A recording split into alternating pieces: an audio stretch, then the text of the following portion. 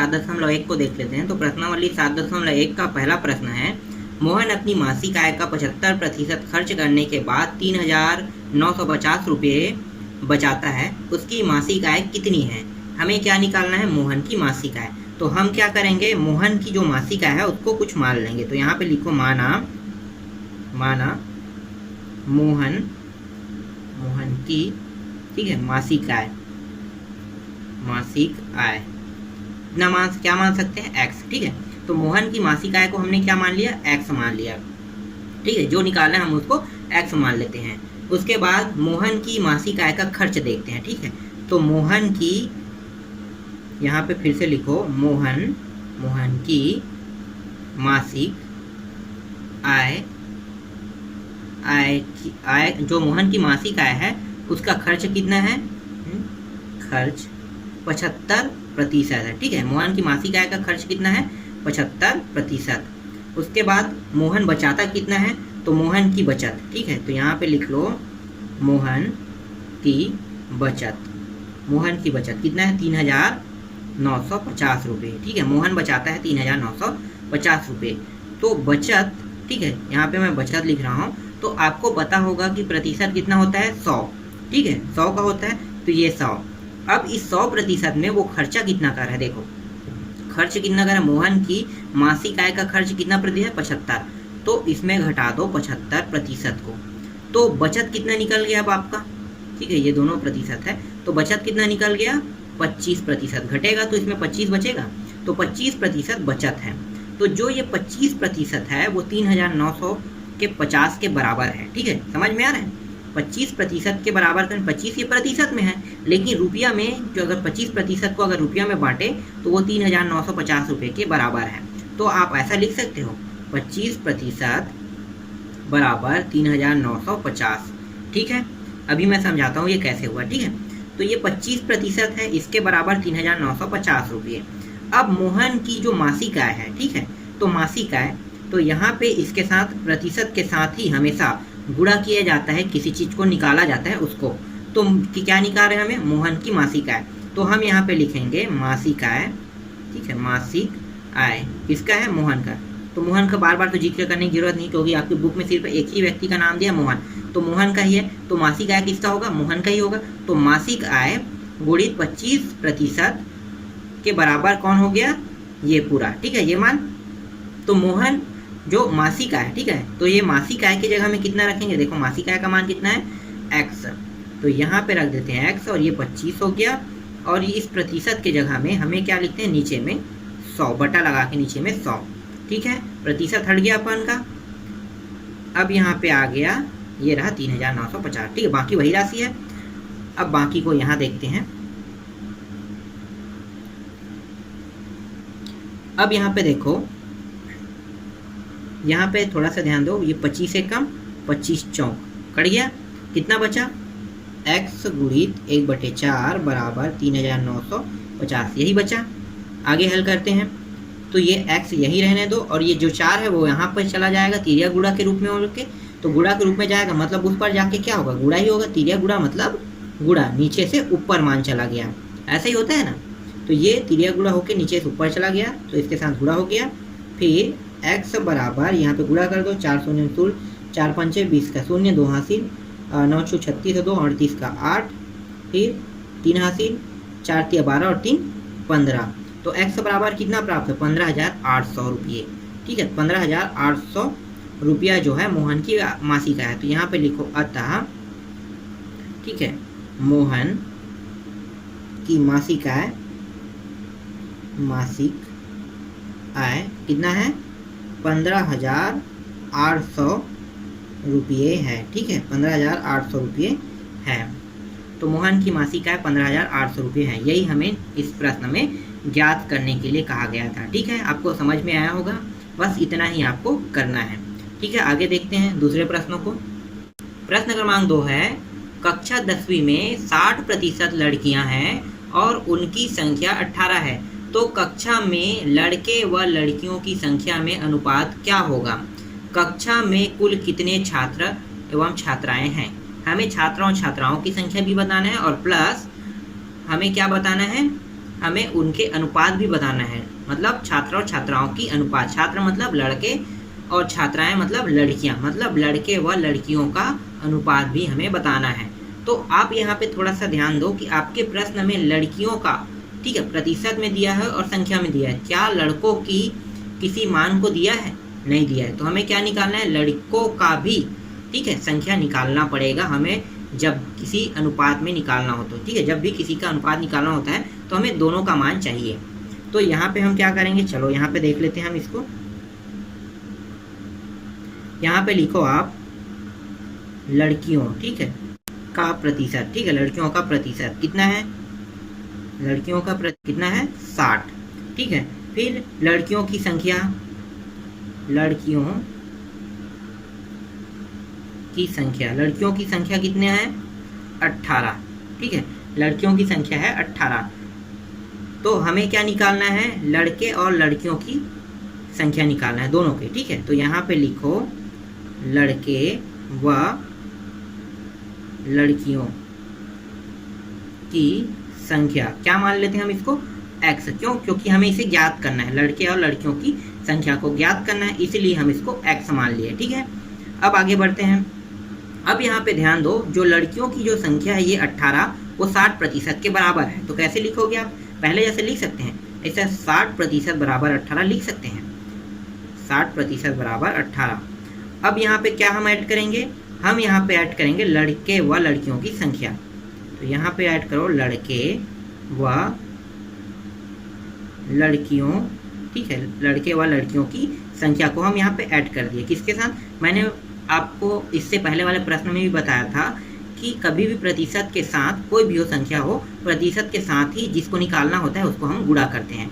तो 60% है ये, इसके साथ हम गुणा किसको कर दिए? लड़के व लड़कियों की संख्या को, ठीक है, उसके साथ गुणा हो गया। अब लड़के व लड़कियों की संख्या कितना है? x। तो यहाँ पे x रख लो मान को, x गुणित 60, और प्रतिशत जो ये वाला प्रतिशत है इसके जगह में हम क्या लिख सकते हैं? 100 नीचे में इस तरह से लिख सकते हैं, ये हो गया 18। फिर यहाँ पे देखो जो जो कटा है उसको काट दो। तो ये जा रहा है 20 से, तो 20 दिया 60 और 20 पंचे 100। तो ये यहाँ पे बचा x गुणित 3/5 बराबर 18, ठीक है। बाकी को यहाँ पे देखते हैं। अब यहाँ पे देखो x हो गया, ठीक है। ये वाला जो संख्या है वो नीचे में है, ऊपर जाके कहाँ पे चले जाएगा? ऊपर जाके तिर्यक गुणा के रूप में 5 को ऊपर के साथ गुणा, और जो यहाँ पे जो आपको नीचे में 3 दिखाई दे रहा है वो कहाँ पे जाएगा? ऊपर में है, तो नीचे में आएगा तिर्यक गुणा के रूप में, तो ये आ गया नीचे में इस तरह से, ठीक है। दोनों ऊपर नीचे चला गया। नीचे का देखो, ऊपर का मान, नीचे का जो मान है वो ऊपर चला गया, ऊपर का मान नीचे आ गया। तो इस तरह से हो गया 3 एकम 3 छक्के 18। अब कितना बचा? इसको गुणा कर दो, 5 छक्के 30। तो x का मान कितना आ गया? 30। तो मतलब लड़के व लड़कियों की संख्या कितना निकल गया? 30, ठीक है। हमें यही एक निकालने के लिए कहा था, तो लड़के व लड़कियों की संख्या 30 निकल गया। आपका एक मान निकल गया। उसके बाद यहीं से देखो, अब हमें लड़कों की भी संख्या निकालना है। कब? अनुपात निकालने के लिए, ठीक है। पर इसे निकालने के लिए आपके बुक में नहीं कहा गया है, लेकिन आपको ये निकालना पड़ेगा। क्यों निकालना पड़ेगा? क्योंकि जब तक कि हम दोनों का मान नहीं निकाल लेते तब तक कि हम अनुपात नहीं निकाल सकते। तो हम यहाँ पे लिखते हैं, निकालते कैसे हैं? लड़के व लड़कियों की संख्या, ठीक है, निकाल रहे हैं हम लोग, ठीक है। लड़के व लड़कियों की संख्या, या फिर लिखो लड़के प्लस, इस तरह से लड़के की संख्या व लड़कियों की संख्या बराबर कितना हो गया? 30। तो लड़के की संख्या हमें तो पता नहीं है, तो हम इसको लड़के को लड़के ही लिख लेते हैं जब तक कि हमारे पास मानना है। लेकिन लड़कियों की संख्या हमें पता है कितना है? 18। तो ये रख लिया 18 और यहाँ पे आ गया 30। अब फिर से लिखते हैं लड़के की संख्या, ठीक है। लड़के की संख्या कितना है? हमें निकालना है इसको। तो यहाँ पे है 30 और ये उस पार जाके क्या हो गया? 18, और ये घट के कितना आ गया? 12।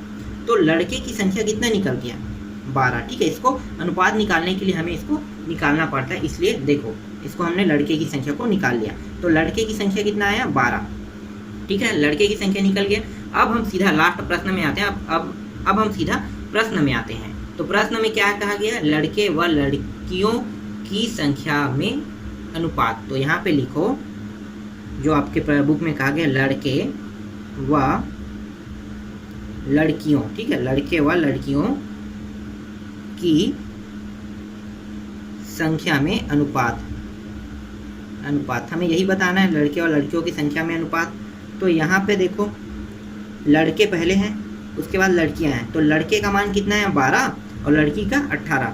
तो यहाँ लिखो 12:18, मतलब इसको ऐसे भी लिख सकते हैं 12/18, ठीक है, ऐसा भी लिख सकते हैं अनुपात को। तो ये हो गया 6 दूनी और ये 6 तिया, तो कितना आ गया 2:3, कट के प्राप्त हो गया हमें 2:3। तो ये क्या है आपका आंसर। तो यहाँ पे आप नीचे में लिखोगे अतः लड़के व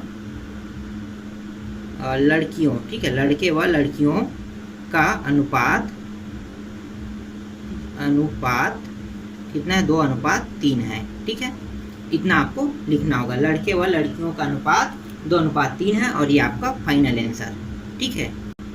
प्रश्न क्रमांक 3 है 950 रुपये अंकित मूल्य वाली वस्तु 750 रुपये में बेची जाती है, बट्टा और बट्टा प्रतिशत कितना है। हमें क्या निकालना है, बट्टा भी निकालना है और बट्टे का प्रतिशत। तो यहाँ पे क्या क्या दिया है, यहाँ पे वस्तु का मूल्य, ठीक है, तो यहाँ पे लिखो वस्तु का अंकित मूल्य। अंकित मूल्य कितना है, अंकित मूल्य है 950 रुपये, ठीक है, वस्तु का अंकित मूल्य 950 रुपये। पर वस्तु का विक्रय मूल्य, वस्तु जितने में बेचे, विक्रय मतलब क्या होता है बेचना, तो वस्तु का विक्रय मूल्य कितना है 760 रुपया, ठीक है। वस्तु को कितने में बेचा जा रहा है दुकानदार के द्वारा 760 रुपया। भाई जो खरीदेगा, देखो दुकानदार को इसको फायदा हो रहा है कि लॉस हो रहा है, भाई लॉस हो रहा है ना, तो दुकानदार कितने की घाटा कर रहा है इसी को हमें बताना है, ठीक है। तो वस्तु का विक्रय मूल्य 760 रुपया रखा गया। तो यहाँ पे हम बट्टा निकालते हैं, चलो बट्टा कैसे निकालते हैं। बट्टा का सूत्र है बट्टा, ठीक है, बट्टा। तो यहाँ पे है अंकित मूल्य माइनस विक्रय मूल्य, ठीक है, अंकित मूल्य। आप सभी को पता होगा, जैसे आप कोई कपड़ा खरीदने जाते हो तो उसमें अंकित मूल्य दिया रहता है, तो उसमें जब वो 10% 20% लेस छोड़ता है तो आप क्या करते हो, उसको खरीदते हो 10% 20% लेस के हिसाब से। तो आपको फायदा हुआ कि नुकसान हुआ, आपको फायदा हुआ, लेकिन दुकानदार को नुकसान हुआ। आपको पता है कि दुकानदार को फायदा हुआ है, पर अंकित मूल्य से कम दिया है इसलिए दुकानदार को लॉस हुआ है, ऐसा लगता है हमें। तो वही चीज़ है ये भी।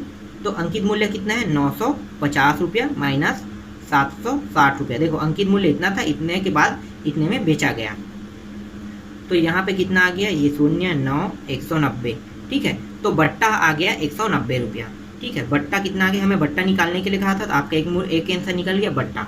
तो बट्टा आ गया 190 रुपया। अब हमें क्या निकालना है, बट्टा का प्रतिशत। तो यहाँ पे लिखो बट्टा प्रतिशत। तो बट्टा प्रतिशत क्या होता है कि जो बट्टा निकाले हैं उसको लिखेंगे, तो बट्टा बटे टोटल मूल्य, अंतिम रियल मूल्य। तो अंकित मूल्य क्या है, बट्टा प्रतिशत, बट्टा बटे अंकित मूल्य गुणित 100%, ठीक है। ऐसा करते हैं, ये सूत्र है, बट्टा प्रतिशत निकालने का सूत्र है, ठीक है।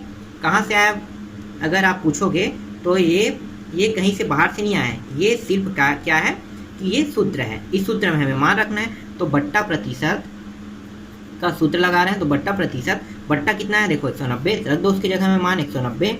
अंकित मूल्य कितना है 950, यहाँ पे देखो, तो ये हो गया 950 गुणित 100%।